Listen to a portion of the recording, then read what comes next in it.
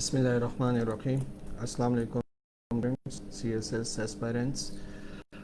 International relation part 1 का आज first lecture है। लेक्चर के अंदर जो कवर करेंगे उसमें है इंट्रोडक्शन टू इंटरनेशनल रिलेशन, और इंट्रोडक्शन टू इंटरनेशनल रिलेशन में जो चीज़ें हम कवर करेंगे उसमें इंटरनेशनल रिलेशन की meaning, definition, scope and evolution of international society. Time short है, इस वजह से मैं डेफिनेशन स्कोप पे ज़्यादा टाइम स्पेंड नहीं करूँगा। मोस्टली मैं स्पेंड करूँगा कि एवोल्यूशन ऑफ इंटरनेशनल सोसाइटी।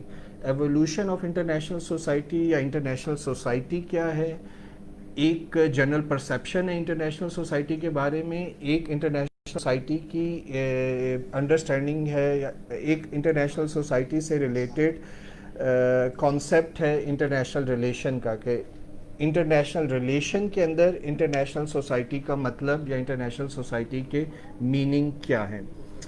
मैं जो फर्स्ट हमारा फेज़ होगा लेक्चर का, इसमें जो चीज़ें हम कवर करेंगे उसमें है introduction, definition of IR, scope of IR, इनको कंक्लूड करेंगे। कुछ टाइम स्पेंड करेंगे लेवल ऑफ एनालिसिस के ऊपर, और कोर प्रिंसिपल आईआर का या कोर प्रॉब्लम आईआर का क्या है। ये कुछ चीज़ें हम जो हमारा लेक्चर का फर्स्ट पार्ट होगा उसमें कवर करेंगे, और लेक्चर के सेकंड पार्ट में जो शायद ज़्यादा इम्पॉर्टेंट है उसमें मैं कवर करूँगा evolution of international society.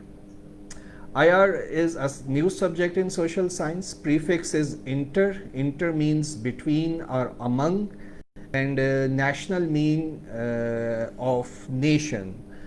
The word relation mean links, contacts, or dealing. Does IR mean links, contacts, or dealing between or among nation of the world? तो ये इंटरनेशनल रिलेशन का वो लिटरल मीनिंग है जो मैं आपको communicate कर रहा हूँ। दस IR मीन लिंक्स, कॉन्टेक्ट्स और डीलिंग बिटवीन और among nation of the world. It is related to the relation between sovereign states. Now come to the introduction. The word IR first used for the first time by Jeremy Bentham. Jeremy Bentham, जब भी हम international law के root trace out करते हैं तो सबसे जो prominent work है वो जर्मी बैंथम का है। तो उन्होंने फर्स्ट टाइम जो लॉज ऑफ द नेशन उनकी किताब थी इन 18th सेंचुरी, उसमें इंटरनेशनल रिलेशन का जो वर्ड है इसको फर्स्ट टाइम उन्होंने यूज़ किया था। जर्मी बैंथम कौन थे आप देख लीजिएगा, मैं ज़्यादा उस डिटेल में नहीं जा रहा। The present nation state system emerged after the treaty of Westphalia TOW, which was concluded on October 24, 1648. Westphalia is a place in Germany जहाँ पे ये ट्रीटी हुआ था, and this treaty end to the 30 years of war. 30 साल Europe ने war में गुजारे थे 1618 से 1648। ये 30 साल हैं जिसमें यूरोप कैथोलिक और Protestant ground, Catholic and Protestant lines के ऊपर डिवाइड हो गया था, और जो नॉर्दर्न यूरोप था वो प्रोटेस्टेंट था, और जो सदर्न यूरोप था वो हमारे पास कैथोलिक था। वो सदर्न यूरोप हमारा कैथोलिक था। तो नॉर्दर्न और सदर्न यूरोप में ये 30 साल थे जो वॉर के, और ये वॉर एंड हुई in a form of treaty of Westphalia. जब ट्रीटी ऑफ वेस्टफालिया साइन हो गया, basically it laid down the foundation of international relation. ठीक है, first time at international level certain states they got agree on the principle of sovereignty. Treaty of Westphalia की जो ख़ास बात है कि पहली बार इंटरनेशनल सिस्टम के अंदर जो स्टेट्स थी, यूरोपियन स्टेट्स, ठीक है, अच्छा, this all history of international relation और evolution of international relation mainly it's Europe centric, क्योंकि जो मॉडर्न नेशन स्टेट्स है it first time formed in Europe. Modern nation state सबसे पहले यूरोप में बनी, इस वजह से जो यूरोपियन स्टेट का एवोल्यूशन है इसको हम IR में ज़्यादा फोकस करते हैं। दुनिया में बाकी जो रीजन्स हैं वहाँ पे भी डेवलपमेंट हो रही थी, लेकिन जो नेशन स्टेट है क्योंकि वो यूरोप में फॉर्म हुई, इस वजह से जो यूरोपियन स्टेट्स हैं उनके रिलेशन को हम ज़्यादा एवोल्यूशन ऑफ आईआर के अंदर कवर करते हैं। तो ट्रीटी ऑफ वेस्टफालिया ने जो प्रिंसिपल इस्टेब्लिश किया था वो था सॉवरेनिटी।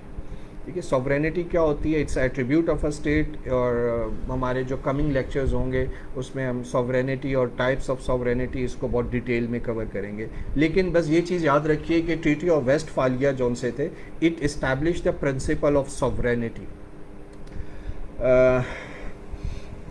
मैं ट्रीटी ऑफ वेस्टफालिया के बाद जो एक अगला इवेंट है जिसने मॉडर्न नेशन स्टेट सिस्टम को शेप किया, that is a industrial revolution. Industrial revolution basically जो फर्स्ट इंडस्ट्रियल रेवोल्यूशन था 1760 से 1840 के बिटवीन आया। फिर 1870 टू ऑनवर्ड हमारे पास सेकेंड इंडस्ट्रियल रेवोल्यूशन है। फिर हमारे पास world war intra war time period के अंदर हमारे पास थर्ड इंडस्ट्रियल रेवोल्यूशन आया। और फिर जो डिजिटल एज है basically it brought the fourth industrial revolution. ठीक है, now we are living in a fourth industrial revolution. Industrial revolution क्यों इम्पॉर्टेंट है स्टडी ऑफ आईआर में? रिमेंबर, कीप इन माइंड कि जो किसी सोसाइटी के सोशल रिलेशंस होते हैं बेसिकली ये इनको शेप कर रहे होते हैं उस सोसाइटी के इकोनॉमिक रिलेशन। इसको किसी सोसाइटी के अंदर जो इकोनॉमिक रिलेशंस होते हैं उस सोसाइटी के एक्टर्स के बिटवीन, उसको हम कहते हैं सब स्ट्रक्चर। और किसी सोसाइटी के जो सोशल रिलेशन होते हैं उनको हम कहते हैं सुपर स्ट्रक्चर। तो जो इकोनॉमिक रिलेशन होते हैं ये शेप करते हैं सोशल रिलेशन को, और या वो इन्फ्लुएंस करते हैं सोशल रिलेशन को। इन अदर वर्ड, जो किसी सोसाइटी का सब स्ट्रक्चर होता है, किसी सोसाइटी का सब स्ट्रक्चर उस सोसाइटी के सुपर स्ट्रक्चर को शेप कर रहा होता है। तो अब सब स्ट्रक्चर या इकोनॉमिक रिलेशन कैसे चेंज होते हैं? बेसिकली जो इंडस्ट्रियल रेवोल्यूशन का इवेंट है ये किसी सोसाइटी के इकोनॉमिक रिलेशन को चेंज करता है। और जब भी किसी सोसाइटी के इकोनॉमिक रिलेशन चेंज होते हैं तो उसके नतीजे में उस सोसाइटी के जो सोशल रिलेशन है वो भी चेंज होते हैं। इसीलिए जो फर्स्ट इंडस्ट्रियल रेवोल्यूशन था इसने जिस तरह के सुपर स्ट्रक्चर या जिस तरह की सोसाइटी को शेप किया वो एक डिफरेंट सोसाइटी थी। सेकेंड इंडस्ट्रियल रेवोल्यूशन ने जिस सोसाइटी को शेप किया वो डिफरेंट थी। इसी तरह थर्ड इंडस्ट्रियल रेवोल्यूशन है, फोर्थ इंडस्ट्रियल रेवोल्यूशन है। तो किसी सोसाइटी का जो स्ट्रक्चर होता है या जो शेप होती है या जो कंस्ट्रक्शन होती है किसी सोसाइटी की, उसमें उस सोसाइटी के अंदर जो इकोनॉमिक रिलेशंस होते हैं ये बहुत ज़्यादा मैटर कर रहे होते हैं। इसीलिए जब हम इंटरनेशनल सिस्टम की बात करेंगे या इंटरनेशनल सोसाइटी की बात करेंगे तो उसमें हम ये ज़रूर डिस्कस करेंगे कि उस सोसाइटी के जो इकोनॉमिक रिलेशन है वो कैसे चेंज होते हैं। अच्छा, two views regarding definition of IR. ठीक है, दो तरह के व्यूज़ हैं आईआर से रिलेटेड। एक ये है कि IR is relation among Nations और स्टेट्स, इसको हम कहते हैं नैरो व्यू। और दूसरा व्यू जो ब्रॉड व्यू है, basically it states that IR incorporates relation among states and non-state actors as well। तो ये जो सेकंड डेफिनेशन है जिसमें हम स्टेट्स के अलावा और बहुत सारे एक्टर्स और उनका जो बिहेवियर है उसको स्टडी करते हैं, इसको हम कहते हैं ब्रॉड व्यू। अब आईआर के अंदर जो स्कॉलर्स हैं वो डिवाइडेड हैं। कुछ स्कॉलर्स हैं they keep narrow view. IR के अंदर कुछ स्कॉलर्स हैं which keeps a broad view, and कुछ स्कॉलर्स हैं who stands in between narrow and broad view. तो तीन कैटेगरीज़ हैं इंटरनेशनल रिलेशन के अंदर थ्योरीज़ की, और तीन ही कैटेगरीज़ हैं इंटरनेशनल रिलेशन में स्कॉलर्स की। नैरो व्यू के साथ कुछ स्कॉलर्स हैं, मोस्टली जो रियलिस्ट स्कॉलर्स हैं वो नैरो व्यू के साथ हैं। जो लिबरल स्कॉलर्स हैं वो बेसिकली ब्रॉड व्यू के साथ हैं। फिर हमारे पास जो न्यू क्लासिकल रियलिज़म है, और फिर जो हमारे पास पोस्ट मॉडर्न थ्योरीज़ हैं या पोस्ट पॉजिटिविस्ट थ्योरीज़ हैं, उनमें से कुछ theories they stands in between narrow and broad view. एक ऑफिशियल डेफिनेशन है इंटरनेशनल रिलेशन की, प्रोफेसर डन की ये डेफिनेशन है: the actual relation that take place across national boundaries or as the body of the knowledge which we have of those relation at any given time. This is a relatively a narrow definition of international relation. और आगे चलकर मैं आपको एक और definition international relation की बताऊंगा जो कि थोड़ी broad है. ये एक और definition है international relation की, आप screen पे देख रहे होंगे: all interaction among states and all movements of people, goods and ideas across the national frontiers within the purview. That is a broad definition of international relation. तो एक narrow definition थी और ये दूसरी जो definition है ये एक broad definition है. और जो जैसे मैं बात कर रहा था, जो स्कॉलर्स जो कि ब्रॉड व्यू रखते हैं इंटरनेशनल रिलेशन का, इनमें हमारे पास क्विंसी राइट हैं, हॉफमैन हैं, जेम्स रोसू हैं. ये वो स्कॉलर्स हैं जिनका जो पर्सपेक्टिव है आईआर से रिलेटेड वो ब्रॉड है. कुछ डेफिनेशंस है मैं यहाँ स्किप कर रहा हूँ क्योंकि मैं टाइम सेव करना चाह रहा हूँ. जो मेरा पार्ट 2 है जिसमें मैं एवोल्यूशन ऑफ इंटरनेशनल सोसाइटी को डिस्कस करूँगा. बाकी जो ये डेफिनेशंस हैं ये जो आपके पास रीडिंग मटेरियल्स है उससे भी आप ले सकते हैं, और जो मेरी स्लाइड्स हैं इनमें से भी आप ये डेफिनेशन एक्सट्रैक्ट कर सकते हैं, या आप गूगल से भी बहुत सारी डेफिनेशंस आईआर की इकट्ठी कर सकते हैं. ब्रॉडली आईआर की डेफिनेशंस को आप 2 या 3 कैटेगरीज में डिवाइड कर सकते हैं: narrow, broad and in between, intermediate. Now come to the scope of IR. Scope of IR discuss करने से पहले first you should learn that what does scope means. Scope का क्या मतलब होता है?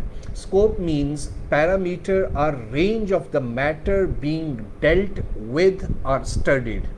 Initially, the scope of the IR was limited to the diplomatic history, law, and philosophy, having no theory and principle. With science and technological revolution, states come close to each other. International law began to be studied. So, initially, जो scope of the IR था, it was limited to the diplomatic history, law, and philosophy. IR का जो discipline है, and please keep in mind कि कोई भी subject कब बनता है या कोई भी डिसिप्लिन कब बनता है. जैसे let me give you an example. Initially school level पे आप एक सब्जेक्ट पढ़ते हैं साइंस, एक सब्जेक्ट होता है साइंस जिसको आप पढ़ रहे होते हैं. जब आप थोड़ी एडवांस क्लासेस में जाते हैं तो वो साइंस का सब्जेक्ट 3 डिफरेंट सब्जेक्ट्स में डिवाइड हो जाता है: फिज़िक्स, बायो, केमिस्ट्री.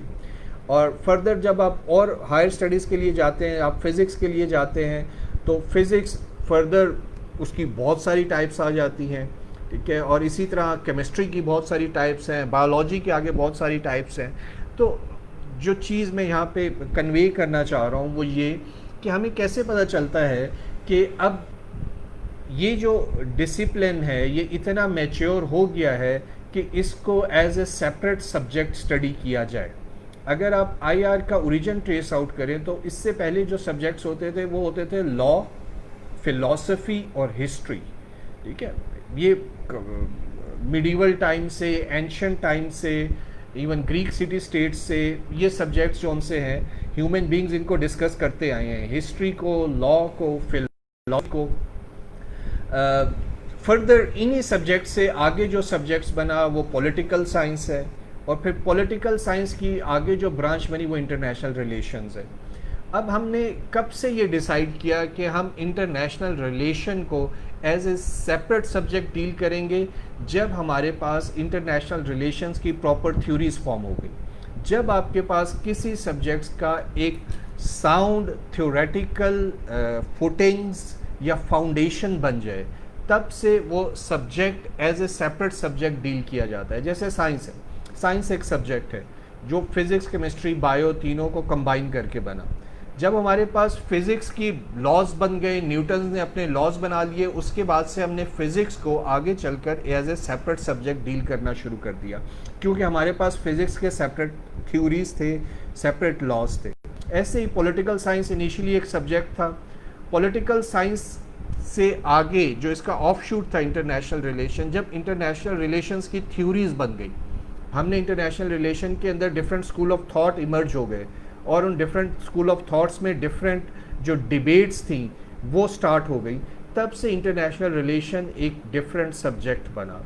तो इनिशियली जो स्कोप ऑफ आईआर था that was limited to history, law and philosophy, but with the passage of time, specially जो कोल्ड वॉर ईरा था, वर्ल्ड वॉर 2 के बाद हमारे पास आईआर के अंदर एक स्कूल ऑफ थॉट आया जिसको हम पॉजिटिविज्म कहते हैं। पॉजिटिविज्म ये वो स्कूल ऑफ थॉट है जो डिफरेंट जो साइंटिफिक ब्रांचेज हैं, यानी कि जो प्रिंसिपल आप नेचुरल साइंस में अप्लाई करते हैं कोई थ्योरी या लॉ एक्सट्रैक्ट करने के लिए,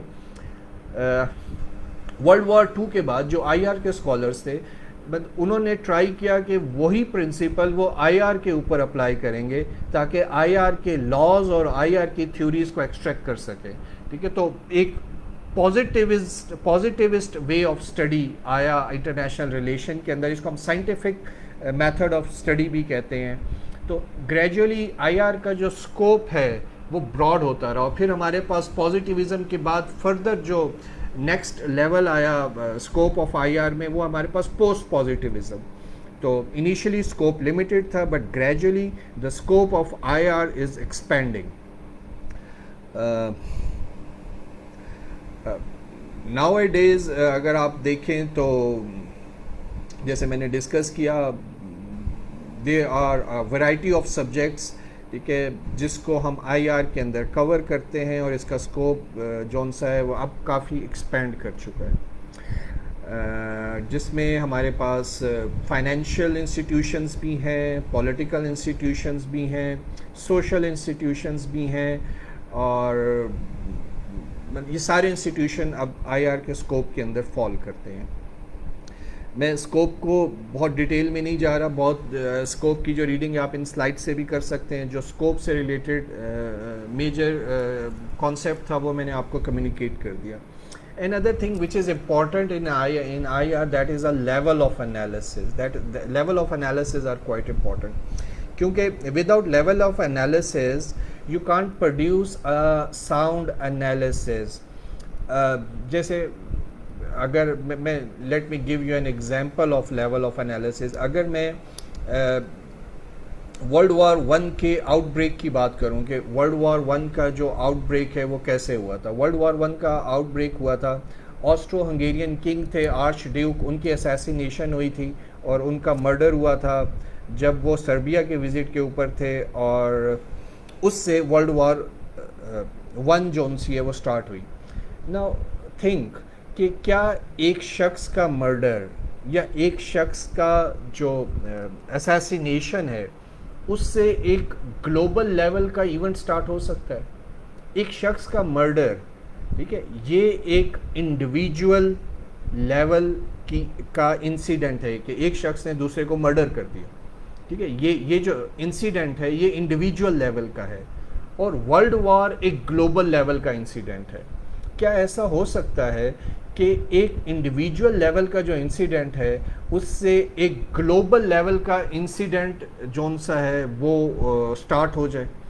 ऐसा नहीं होता। इमीडिएट कॉज तो वर्ल्ड वॉर 1 की वो असैसिनेशन था, लेकिन कहीं डीप डाउन जो वर्ल्ड वॉर 1 की कॉज थी वो उस टाइम का vulnerable system of balance of power था। वर्ल्ड वॉर 1 से पहले वो जो बैलेंस ऑफ पावर था दुनिया का, जो बैलेंस ऑफ पावर का सिस्टम था दुनिया में, वो बहुत ज़्यादा वल्नरेबल हो चुका था, और उस वल्नरेबिलिटी की वजह से वो जो सिस्टम था that system was prone to war. और जैसे आप और उसको एक जोन सा है इग्नाइट किया उस असैसिनेशन ने। तो वर्ल्ड वॉर 1 के लिए जो सारा सामान था वो पहले से बन चुका था, ठीक है, लेकिन उस असैसिनेशन की वजह से वर्ल्ड वॉर 1 हुई। इसीलिए जब भी आप कोई एनालिसिस प्रोड्यूस करें तो keep these level into your mind कि आपने किस लेवल का एनालिसिस प्रोड्यूस करना है और किस लेवल तक आपने अपनी डिस्कशन को रखना है। ब्रॉडली हमारे पास 3 लेवल हैं। लेकिन थोड़ा डेप्थ में जाके देखें तो हमारे पास लेवल ऑफ एनालिसिस 4 हैं। जो न्यू रियलिस्ट थे, क्या नाम था उनका, अ, अ, नाम मेरे जहन से निकल रहा है। अच्छा चलें, बेसिकली जो न्यू रियलिस्ट थे, उन्होंने ये लेवल ऑफ एनालिसिस इंट्रोड्यूस करवाए थे इंटरनेशनल रिलेशन के अंदर, और फर्दर फिर उसके अंदर एक और लेवल का भी आप एडिशन कर लें तो आपको जो एनालिसिस है उसको प्रोड्यूस करने में आसानी रहेगी। Many actors involve in IR lead to the complexity of the competing explanation and the theories, क्योंकि आईआर के अंदर जो भी इवेंट हो रहा होता है उसमें बहुत सारे एक्टर्स इन्वॉल्व होते हैं, और अगर आप डिफरेंट एक्टर्स को प्रॉपरली कैटेगराइज नहीं करेंगे, you couldn't sort out or you couldn't explain that event. अगर आप प्रॉपर एक्टर्स को according to their level sort out नहीं करेंगे तो आप एक अच्छा एक्सप्लेनेशन प्रोड्यूस नहीं कर सकते। IR scholars sorted out the influence actors and processes and categorized them into different level of analysis.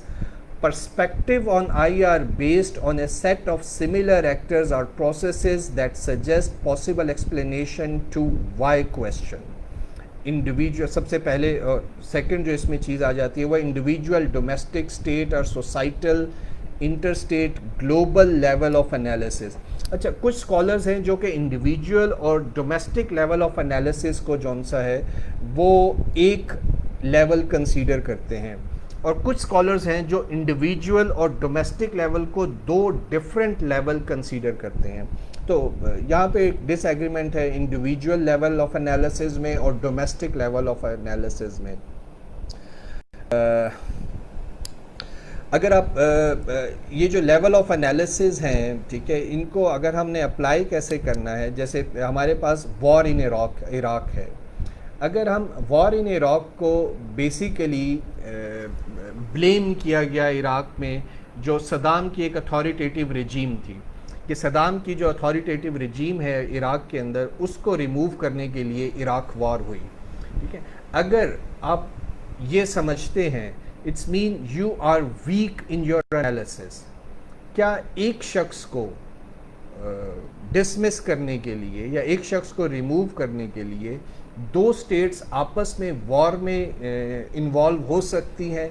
ठीक है, इट्स क्वाइट अनलाइकली, ऐसा नहीं होता।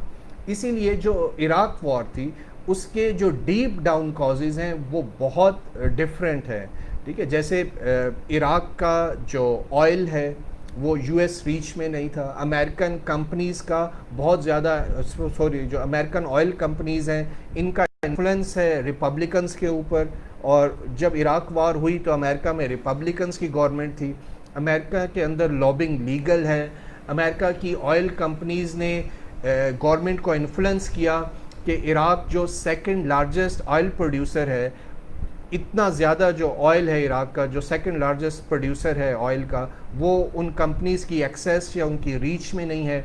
वो कंपनीज़ उस ऑयल को अपनी रीच में लाना चाहती थी, उसके लिए अगर रीच में लाना है तो उसके लिए उनको वो जो रास्ते में रुकावट है वो सदाम हुसैन की शक्ल में थी, उसको रिमूव करना ज़रूरी था। और फिर सदाम हुसैन को ब्लेम किस लिए किया गया कि वो एक अथॉरिटेटिव रजीम रन कर रहा है इराक में, और उसको हटा के वो इराक के अंदर डेमोक्रेसी को रिस्टोर करना चाहते हैं। तो अपेरेंटली जो जो जो जो जो, जो कवर दिया गया इराक वार को, वो क्या था? The cover which is acceptable for the international community. ऐसा कवर दिया गया जो इंटरनेशनल कम्युनिटी के लिए एक्सेप्टेबल हो, लेकिन बिहाइंड द सीन उसके जो मोटिव थे वो इकोनॉमिक इंटरेस्ट है अमेरिका के जो इराक के अंदर इन्वॉल्व थे। तो इराक वॉर बड़ी क्लासिकल एग्जांपल है। अगर आप लेवल ऑफ एनालिसिस को समझना हो कि जो लोग ये समझते हैं कि इराक वॉर सदाम हुसैन को रिमूव करने के लिए हुई, इट्स मीन वो दो लेवल ऑफ एनालिसिस को मिक्सअप कर रही हैं। आप आप इंटरस्टेट लेवल और इंडिविजुअल लेवल दोनों को मिक्सअप कर रहे हैं, क्योंकि वॉर एक इंटरस्टेट एक्टिविटी या इवेंट है। जंग दो मुल्कों के दरमियान होती है, जंग एक इंटरस्टेट इंसिडेंट है, और किसी शख्स को रिमूव करना ये एक इंडिविजुअल लेवल की एक्टिविटी है। तो मोस्टली जो आपके इंडिविजुअल या डोमेस्टिक इवेंट्स या इश्यूज होते हैं, they doesn't lead to interstate activities or incident. तो इस वजह से जो वॉर इन इराक है, ये बड़ी क्लासिकल एग्जांपल है ये समझने के लिए। ये जो तीन हमारे पास डिफरेंट लेवल ऑफ एनालिसिस हैं, इंडिविजुअल, डोमेस्टिक, सम टाइम इनको एक लेवल कंसीडर किया जाता है, सम टाइम इनको दो लेवल कंसीडर किए जाते हैं, फिर हमारे पास इंटर स्टेट लेवल है, फिर हमारे पास एक ग्लोबल लेवल है। मैं थोड़ा सा ये जो लेवल ऑफ एनालिसिस है, ये एक टेबल है, इस टेबल के ज़रिए से इस लेवल ऑफ एनालिसिस को आपके सामने क्लियर करूँगा, और इससे आपको आइडिया हो जाएगा कि जब भी CSS के एग्ज़ाम के अंदर क्वेश्चन आए तो क्वेश्चन की जो फ्रेजिंग है, उसका जो वर्ड है, उससे आपको पता चलेगा कि जो एग्ज़ामिनर है वो किस लेवल का आंसर आपसे सीख कर रहा है या किस लेवल का आंसर वो चाह रहा है आपसे। अगर जो वर्डिंग है किसी भी क्वेश्चन की, उसमें इस तरह की टर्म यूज़ हुई हैं, great leaders, crazy leaders, decision making in crisis, psychology of perception and decision learning, citizen or participation, voting, rebelling, इस तरह की कोई चीज़ें यूज़ हुई हैं, तो बेसिकली वो वहाँ पे इंडिविजुअल लेवल ऑफ एनालिसिस का आंसर सीख किया जा रहा है। और अगर जो टर्म्स यूज़ हुई हैं वो इस तरह की है, नेशनलिज्म है, एथनिक कॉन्फ्लिक्ट है, टाइप ऑफ गवर्नमेंट है, डेमोक्रेसी है, डिक्टेटरशिप है, इट्स मीन जो डोमेस्टिक लेवल है उसके ऊपर जाके आपने अपने आंसर को प्रोड्यूस करना है। और अगर जो टर्म्स हैं किसी क्वेश्चन के अंदर वो इस तरह की हैं, पावर है, बैलेंस ऑफ पावर है, अलाइंस फॉर्मेशन है, ट्रीटीज़ हैं, रेसिप्रोसिटी है, बार्गेनिंग है, डिप्लोमेसी है, तो ये इंटर स्टेट लेवल है। तो इस तरह जब टर्म यूज़ होंगी तो जो आंसर आप प्रोड्यूस करेंगे वो भी इंटर स्टेट लेवल का होना चाहिए। ठीक है, आप सेकेंडरी देखें, कोई भी इवेंट होता है उसकी एक प्राइमरी कॉज होती है और कुछ उसकी सेकेंडरी कॉजेज़ होती हैं। आपने जिस चीज़ के ऊपर फोकस करना है कि जो प्राइमरी कॉज उसकी आप वहाँ पे प्रोड्यूस करेंगे वो इंटर स्टेट लेवल की हो, या वो अगर किसी क्वेश्चन के अंदर इस तरह की टर्म यूज़ हुई है, suppose north south gap, world region, European imperialism, UN, terrorism, अब किसी क्वेश्चन में इस तरह की टर्म यूज़ हुई हैं, तो अब जो आप आंसर प्रोड्यूस करेंगे वो ग्लोबल लेवल का आंसर होगा। ठीक है, आपने अपने आंसर में भी जो प्राइमरी रीज़न है ग्लोबल लेवल की रखनी है, जो सेकेंडरी रीजंस होंगी वो इंटरस्टेट लेवल, डोमेस्टिक या इंडिविजुअल लेवल की हो सकती हैं, लेकिन जो प्राइमरी रीज़न या प्राइमरी कॉज होगी वो ग्लोबल लेवल की होनी चाहिए, क्योंकि क्वेश्चन की जो फ्रेजिंग है वो ग्लोबल लेवल की है। और अगर क्वेश्चन की फ्रेजिंग इंटरस्टेट लेवल की है तो आप जो प्राइमरी कॉज प्रोड्यूस करेंगे वो भी इंटरस्टेट लेवल की होनी चाहिए। सेकेंडरी कॉजेज आपकी ग्लोबल, डोमेस्टिक या इंडिविजुअल लेवल की हो सकती हैं। और अगर किसी क्वेश्चन की जो वर्डिंग है वो इस तरह की है, nationalism, ethnic conflict, type of government की वर्डिंग है, अगर इस तरह की वर्डिंग है किसी क्वेश्चन में, तो जो प्राइमरी कॉज होगी वो डोमेस्टिक लेवल की होगी, सेकेंडरी कॉजेज इसके अलावा भी हो सकती हैं। इसी तरह इंडिविजुअल लेवल के साथ हम करेंगे। तो ये लेवल ऑफ एनालिसिस था विच आर एसेंशियल जब भी आपने एक अच्छा एनालिसिस प्रोड्यूस करना हो। और ये लेवल ऑफ एनालिसिस को ही जहन में रखते हुए अब हम IR के अंदर जो एक सबसे बड़ा मेजर कॉमन प्रॉब्लम है जो कि basically provide the foundation of IR, ठीक है, that is a collective goods problem. ठीक है, कलेक्टिव गुड प्रॉब्लम और इससे रिलेटेड जो कोर प्रिंसिपल हैं उसको डिस्कस करेंगे। IR रिवॉल्व्स अराउंड वन की प्रॉब्लम। जितना इंटरनेशनल रिलेशन है हमारे पास जिसको हम स्टडी कर रहे हैं, पूरा का पूरा इंटरनेशनल रिलेशन सिर्फ एक जो की प्रॉब्लम है उसके अराउंड रिवॉल्व करता है, and that problem is a collective goods problem. मैं थोड़ा सा एक्सप्लेन करूंगा कलेक्टिव गुड्स प्रॉब्लम क्या होता है। How can a group such as 2 or more states serve its collective interest when doing so require its member to forego their national interest? For example, problem of global warming. Solving it can only be achieved by many countries acting together. देखें, एक problem है global warming, global warming था, ये warning लिखा गया है, ठीक है, इसको करेक्ट कर लीजिएगा। ग्लोबल वार्मिंग एक प्रॉब्लम है, ये कलेक्टिव प्रॉब्लम है। इसको सॉर्ट आउट आप कैसे कर सकते हैं? अगर ग्रीन हाउस गैसेस का एमिशन कम हो जाए, दुनिया के अंदर जो कंट्रीज़ हैं वो स्ट्रिक्ट रूल अप्लाई करें अपना जो इंडस्ट्रियल सेक्टर है उनके ऊपर, और ग्रीन हाउस गैसेस कम, उनका जो एमिशन है, उनका जो अखराज है ग्रीन हाउस गैसेस का वो कम हो जाए, तो ग्लोबल वार्मिंग को हम कंट्रोल कर सकते हैं। लेकिन अब इशू क्या है कि जब आप अपनी इंडस्ट्री को अंडर रिस्ट्रिक्शन लाएंगे, ठीक है, उसके ऊपर आप सस्टेनेबल डेवलपमेंट्स जिसको हम एजेंडा 21 कहते हैं वो अप्लाई करने की कोशिश करेंगे अपने मुल्क के अंदर, तो क्या होगा? आपकी कॉस्ट ऑफ प्रोडक्शन बढ़ जाएगी। जब कॉस्ट ऑफ प्रोडक्शन बढ़ जाएगी तो मार्केट में कम्पीट करना मुश्किल हो जाएगा, क्योंकि आप जो प्रोडक्ट प्रोड्यूस कर रहे हैं उसकी कॉस्ट ज़्यादा है, तो आप मार्केट में कम्पीट नहीं कर सकेंगे। और यहाँ पे जो ये ग्लोबल वार्मिंग है, इसके अंदर आप देखें कि यूएस और जो डेवलप कंट्रीज़ हैं, ठीक है, वो कॉम्प्रोमाइज़ करने के लिए कुछ प्रोटोकॉल्स ग्लोबल वार्मिंग जो हमारे पास क्लाइमेट से रिलेटेड इश्यूज़ हैं, उनके कुछ प्रोटोकॉल ऐसे हैं उसके ऊपर डेवलप कंट्रीज़ एग्री नहीं करते, और कुछ प्रोटोकॉल ऐसे हैं जिनके ऊपर डेवलपिंग कंट्रीज़ एग्री नहीं करते, ठीक है, जिसकी वजह से हम ग्लोबल जो वार्मिंग का इशू है उसको सॉर्ट आउट नहीं कर सकते। अब मैं एक और एग्जांपल है जो कि इस वक्त स्लाइड में तो नहीं है, लेकिन मैं इसी कलेक्टिव गुड्स प्रॉब्लम को एक जो ज़्यादा प्रैक्टिकल एग्जांपल है उससे आपको मैं समझाता हूँ।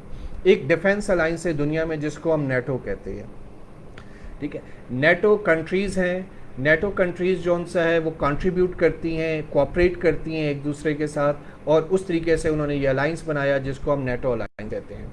अब रिसेंटली पिछले दिनों बड़ी न्यूज़ आ रही थी, आपने देखी होगी, बड़ी इन रही, अमेरिका ने जर्मनी को ब्लेम किया, इवन ट्रंप की स्टेटमेंट्स आई कि जर्मनी जो सा है वो जो नेटो के एक्सपेंसेस हैं, नेटो के जो अखराजात हैं, उनमें जो कंट्रीब्यूट कर रहा है वो बहुत कम कर रहा है, ठीक है। और नेटो के एक्सपेंसेस जो से हैं वो ज़्यादातर जो कंट्रीब्यूशन आता है वो यूएस की तरफ से आता है। अब यूएस ये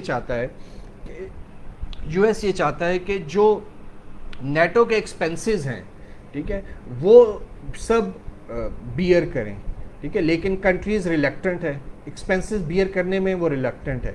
लेकिन जो नेटो के बेनिफिट्स हैं, कंट्रीज़ चाहती हैं कि वो ज़्यादा से ज़्यादा नेटो के बेनिफिट्स एक्वायर करें, ठीक है, ऑन अ मिनिमम कॉस्ट, यानी उन्हें खर्च कम से कम करना पड़े नेटो के अंदर, और नेटो के ज़्यादा से ज़्यादा फ़वाइद उन्हें हासिल हो जाए, ठीक है, क्योंकि नेटो एक कलेक्टिव गुड है, जितने इसके मेंबर कंट्रीज़ हैं उनकी एक कलेक्टिव गुड है नेटो। अब इसके साथ इशू ये है कि हर कंट्री ज़्यादा से ज़्यादा इससे फ़ायदा उठाना चाहता है और कम से कम इसके ऊपर ख़र्चा करना चाहता है, तो that is a collective good problem. दुनिया की हर स्टेट कलेक्टिव गुड्स प्रॉब्लम के अंदर इन्वॉल्व है।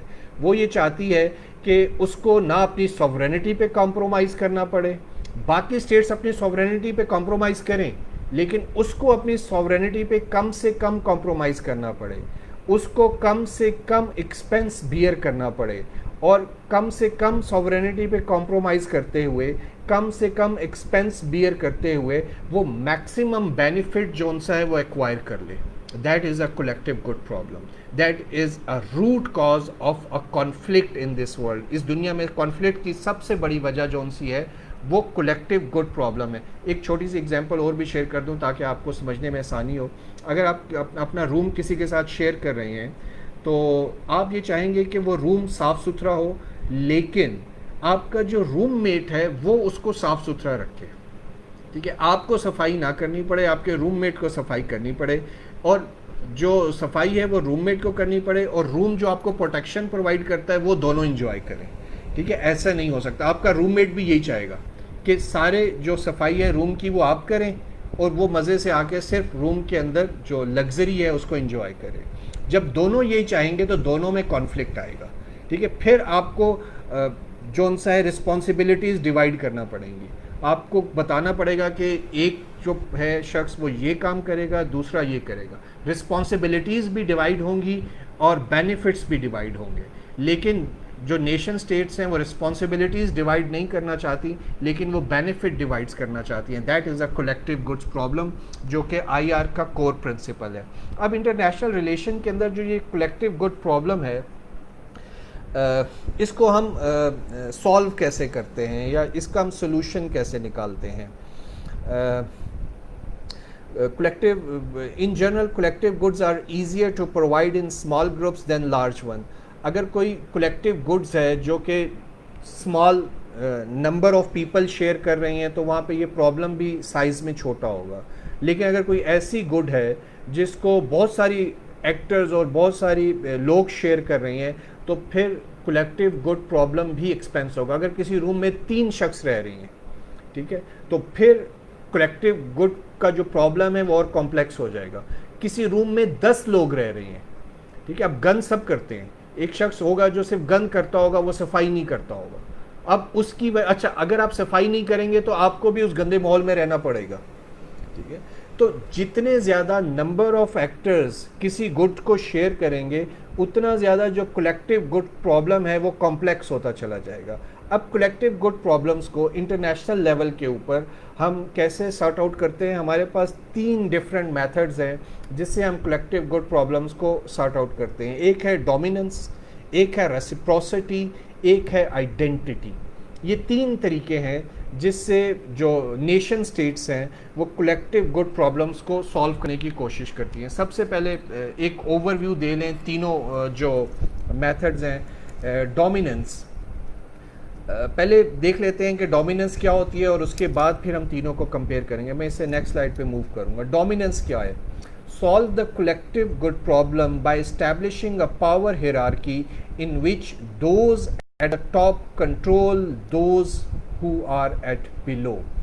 अगर किसी रूम को 5 लोग शेयर कर रहे हैं और उनमें से एक शख्स है जो सबसे ज़्यादा ताकतवर है, वो सबको मार सकता है, उसकी डोमिनेंस है. अब वो शख्स जो सा है वो रिस्पॉन्सिबिलिटीज़ उस कमरे में डिवाइड कर सकता है बाकी 4 लोगों के दरमियान, और बाकी 4 लोग क्योंकि उसकी डोमिनेंस है उससे डरते हैं, ठीक है, तो वो उसकी जिसकी डोमिनेंस है उसको वो फॉलो करेंगे. तो इस तरीके से collective good problem sort out हो जाएगा. जिस शख्स की डोमिनेंस है वो रिस्पॉन्सिबिलिटीज़ को डिवाइड कर देगा और वही फैसला करेगा कि कौन सा बेनिफिट किसको मिलना चाहिए. तो एक तरीका तो डोमिनेंस है जिससे हम कलेक्टिव गुड प्रॉब्लम को सॉल्व करते हैं. जो हमारे पास इंटरनेशनल स्ट्रक्चर के अंदर यूनिपोलैरिटी होती है या जो हमारे पास हेजेमन होता है, बेसिकली वो यही रोल प्ले कर रहा होता है. जैसे अमेरिका है, यूनिपोलैरिटी है, अमेरिका सुपर पावर है, तो अमेरिका रिस्पॉन्सिबिलिटीज़ को भी डिवाइड करेगा और जो बेनिफिट्स आएंगे उनको भी वही डिवाइड करेगा, ठीक है. तो इस तरीके से प्रॉब्लम तो सॉल्व हो जाएगा इर्रिस्पेक्टिव ऑफ दिस कि ये फेयर है या नहीं है. ऑब्वियसली ये फेयर तो नहीं होगा, लेकिन प्रॉब्लम कलेक्टिव गुड्स का सॉल्व हो जाएगा. अब ये जो हमारे पास मेथड है जिससे हम कलेक्टिव गुड्स का प्रॉब्लम सॉर्ट आउट करते हैं, इसके एडवांटेज भी हैं, इसके डिसएडवांटेज भी हैं. पहले ये जो डोमिनेंस है इसका एडवांटेज देख लेते हैं. Forces members of a group to contribute to a common group, minimises open conflict within a group. जो रिस्पॉन्सिबिलिटीज़ हैं वो बहुत अच्छे तरीके से डिवाइड हो जाती हैं और जो कॉन्फ्लिक्ट के चांसेस हैं वो बहुत कम होते हैं, क्योंकि सबको पता है कि जैसे हेजेमन ने कहा है सबको उसी को फॉलो करना है. इसके डिसएडवांटेज क्या हैं? Stability comes at A cost of constant operation of and resentment by the lower ranking members of the status hierarchy. एक constant repressions होती है और उसके नतीजे में जो मेंबर्स ऑफ सोसाइटी हैं या उस जो भी मेंबर्स ऑफ सोसाइटी हैं उनमें एक रिसेंटमेंट जनरेट होती है इसकी वजह से. तो ये एक इसका ड्रॉबैक है. Conflict over position can sometime harm the group stability and well being. तो जो क्योंकि इससे कॉन्फ्लिक्ट हो सकता है, resentment can lead to a conflict and that conflict can effect the stability and well being of the group. तो ये जो डोमिनेंस है इसका एडवांटेज और डिसएडवांटेज है. एक और मेथड जिससे हम कलेक्टिव गुड प्रॉब्लम्स को सॉर्ट आउट कर सकते हैं, दैट इज़ रेसिप्रोसिटी. रेसिप्रोसिटी का मतलब ये होता है solve the collective good problem by rewarding behavior that contributes to the group and punishing behavior that pursues self-interest at the cost of the group. कि वो मेंबर जो किसी ग्रुप के अंदर अच्छा बिहेव कर रहा हो उसको रिवार्ड किया जाना चाहिए, और जो ग्रुप के अंदर अच्छे तरीके से बिहेव ना करे उसको पनिश किया जाना चाहिए। रेसिप्रोसिटी, अगर आप कंट्रीब्यूट नहीं करेंगे तो आपको पनिश किया जाएगा, और अगर आप ज़्यादा कंट्रीब्यूट करेंगे तो आपको अप्रिशिएट किया जाएगा। तो आप अप्रिसिएशन के लिए ज़्यादा अप्रिसिएशन लेने के लिए ज़्यादा कंट्रीब्यूट करोगे, और आप पनिशमेंट से बचने के लिए भी क्या करोगे, आप जौन सा है वो कंट्रीब्यूट करोगे। तो ये जो सिस्टम है रिवार्ड्स एंड पनिशमेंट का, इसको हम रेसिप्रोसिटी कहते हैं। फिर रेसिप्रोसिटी हमारे पास दो टाइप्स की होती है, एक को हम पॉजिटिव रेसिप्रोसिटी कहते हैं, एक को हम नेगेटिव रेसिप्रोसिटी कहते हैं। पॉजिटिव रेसिप्रोसिटी वो है जिसके अंदर आप रिवार्ड्स जौन सा है उसकी बेसिस के ऊपर अपने मेंबर्स को इनकरेज करते हैं कि वो कंट्रीब्यूट करें, और नेगेटिव रेसिप्रोसिटी ये है कि जिसमें आप पनिशमेंट के ज़रिए से मेंबर्स को कंपेल करते हैं कि वो कंट्रीब्यूट करें। फिर इसका डिसएडवांटेज क्या है, it can lead to a downward spiral as each side punishes what it believes to be the negative acts of the other। तो इसका सबसे बड़ा डिसएडवांटेज ये है कि किस एक्शन के ऊपर कितना पनिशमेंट किया जाना चाहिए, ठीक है, इसका फैसला कौन करेगा। क्योंकि जब आप रेसिप्रोसिटी पे जा रहे हैं तो यहाँ डोमिनेंस नहीं है। हो सकता है कि किसी मेंबर्स को एक्सेसिव पनिशमेंट मिल जाए, किसी को लेस रिवॉर्ड मिले, किसी को एक्सेसिव रिवॉर्ड मिले, किसी को लेस पनिशमेंट मिल जाए, उसका जो क्राइम है उसका वो ज़्यादा हो, किसी को ज़्यादा पनिशमेंट मिल जाए। तो क्योंकि रेसिप्रोसिटी के अंदर कोई हेजेमन नहीं होता जो डिसाइड करे कि किसको कितनी पनिशमेंट मिलनी है, किसको कितना रिवार्ड्स मिलना है, तो रेसिप्रोसिटी भी समटाइम जौन सा है वो वर्क नहीं करता, लेकिन समटाइम्स करता भी है, ठीक है। तो ये एक और मेथड है जिससे हम जो कलेक्टिव गुड्स का प्रॉब्लम है उसको हम सॉर्ट आउट कर सकते हैं। तीसरा मेथड जिससे हम कलेक्टिव गुड्स के जो प्रॉब्लम है उसको हम सॉर्ट आउट कर सकते हैं, that is identity. Identity principle does not rely on self interest. Members of an identity community care about the interest of others in the community enough to sacrifice their own interest to benefit others। जैसे हम ये कहते हैं कि कुछ लोग होते हैं कि जो कि ज़्यादा काइंड होते हैं, जो कि ज़्यादा मॉरल वैल्यूज़ और एथिक्स का ख्याल करते हैं, ठीक है। जैसे मैं एग्जांपल देता हूँ, अगर आपके घर में पेरेंट्स हैं, ठीक है, आप पेरेंट्स के साथ एक रूम शेयर कर रहे हो, तो आप अपने पेरेंट्स से कभी नहीं कहोगे कि वो रूम की सफाई करें, क्योंकि उनका एक स्टेचर है पेरेंट्स का, ठीक है, उनकी एक रिस्पेक्ट है, ठीक है, और उसकी वजह से आप उनसे नहीं कहोगे कि वो सफाई करें। तो आप जितनी रिस्पॉन्सिबिलिटीज़ है वो खुद ले लोगे और ज़्यादा से ज़्यादा अपने पेरेंट्स को कंफर्ट प्रोवाइड करने की कोशिश करोगे। दैट इज़ आइडेंटिटी, ठीक है। आइडेंटिटी पॉलिटिक्स तब होती थी जब जो वर्ल्ड वॉर, जो दुनिया है वो आइडियोलॉजिकल ग्राउंड के ऊपर डिवाइड होती थी। कोल्ड वॉर टाइम पीरियड में एक तरफ सोवियत रशिया था, दूसरी तरफ हमारे पास यूएसए था।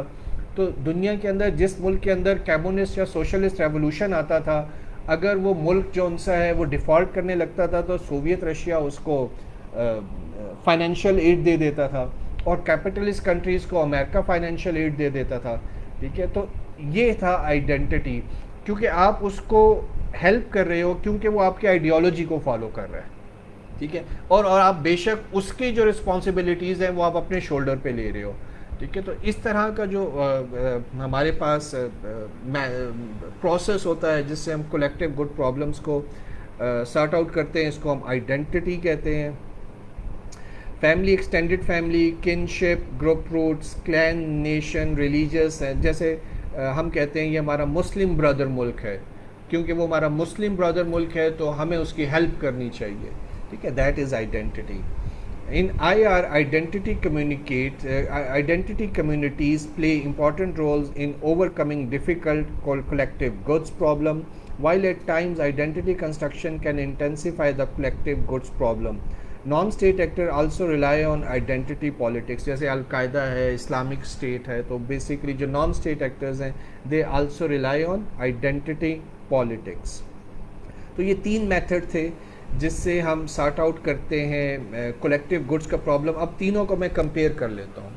फर्स्ट है डोमिनेंस। डोमिनेंस में आपके पास हिरार्की होती है। ये जो आप टेबल में डोमिनेंस के साथ एक अपवर्ड और डाउनवर्ड एरो देख रहे हैं, बेसिकली ये एक हिरार्की को शो कर रहा है। इसका एडवांटेज क्या है डोमिनेंस में कि एक ऑर्डर होता है, स्टेबिलिटी होती है, प्रिडिक्टेबिलिटी होती है। और इसका ड्रॉबैक क्या है, ऑपरेशन होता है और ऑपरेशन के नतीजे के अंदर एक रिसेंटमेंट जनरेट होता है लोअर रैंक्स में। फिर दूसरा जो मेथड है जिससे कलेक्टिव गुड प्रॉब्लम्स को हम सॉर्ट आउट करते हैं, दैट इज़ रेसिप्रोसिटी। रेसिप्रोसिटी में क्या होता है, incentive for a mutual cooperation. और इसका जो ड्रॉबैक है, डाउनवर्ड स्पाइरल्स, कॉम्प्लेक्स अकाउंटिंग। ठीक है, तो ये इशू कुछ आ सकते हैं। कॉम्प्लेक्स अकाउंटिंग मीन के who will decide less or excessive punishment. Then we have identity, sacrifice for the group।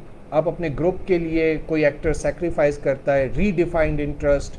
ठीक है, आप जहाँ तक बात करते हो कि अगर हमें इस दुनिया में रिवॉर्ड नहीं मिलता तो कोई बात नहीं, हम सेक्रीफाइस करेंगे, हमें मरने के बाद तो उसका रिवॉर्ड मिल जाएगा। तो इस तरह का सेंटिमेंट्स होते हैं। और डेमोनाइजिंग एंड आउट ग्रुप। लेकिन आइडेंटिटी पॉलिटिक्स का ये होता है कि ये विद इन अ, जो लोग सेम आइडेंटिटी शेयर करते हैं उसमें तो ये प्रिंसिपल वर्क करता है। लेकिन अगर ऐसी कम्युनिटीज़ हैं जो डिफरेंट आइडेंटिटीज़ शेयर करती हैं तो वहाँ पे ये आइडेंटिटी जो प्रिंसिपल है ये वर्केबल नहीं होता। तो ये था कलेक्टिव गुड्स प्रॉब्लम और रेसिप्रोसिटी से रिलेटेड कुछ चीज़ें थी। मैं अपने लेक्चर का जो सेकंड पार्ट है उसमें, जिसमें एवोल्यूशन ऑफ इंटरनेशनल सोसाइटी को मैंने कवर करना है, तो एक ब्रेक के बाद मैं लेक्चर का सेकंड पार्ट स्टार्ट करूंगा। वो इम्पॉर्टेंट है, एवोल्यूशन ऑफ इंटरनेशनल सोसाइटी का मीनिंग क्या है उसको मैं कवर करूंगा। और यहाँ पे मैं इस लेक्चर को एंड करूंगा। Stay bless and stay happy. अल्लाह हाफिज़।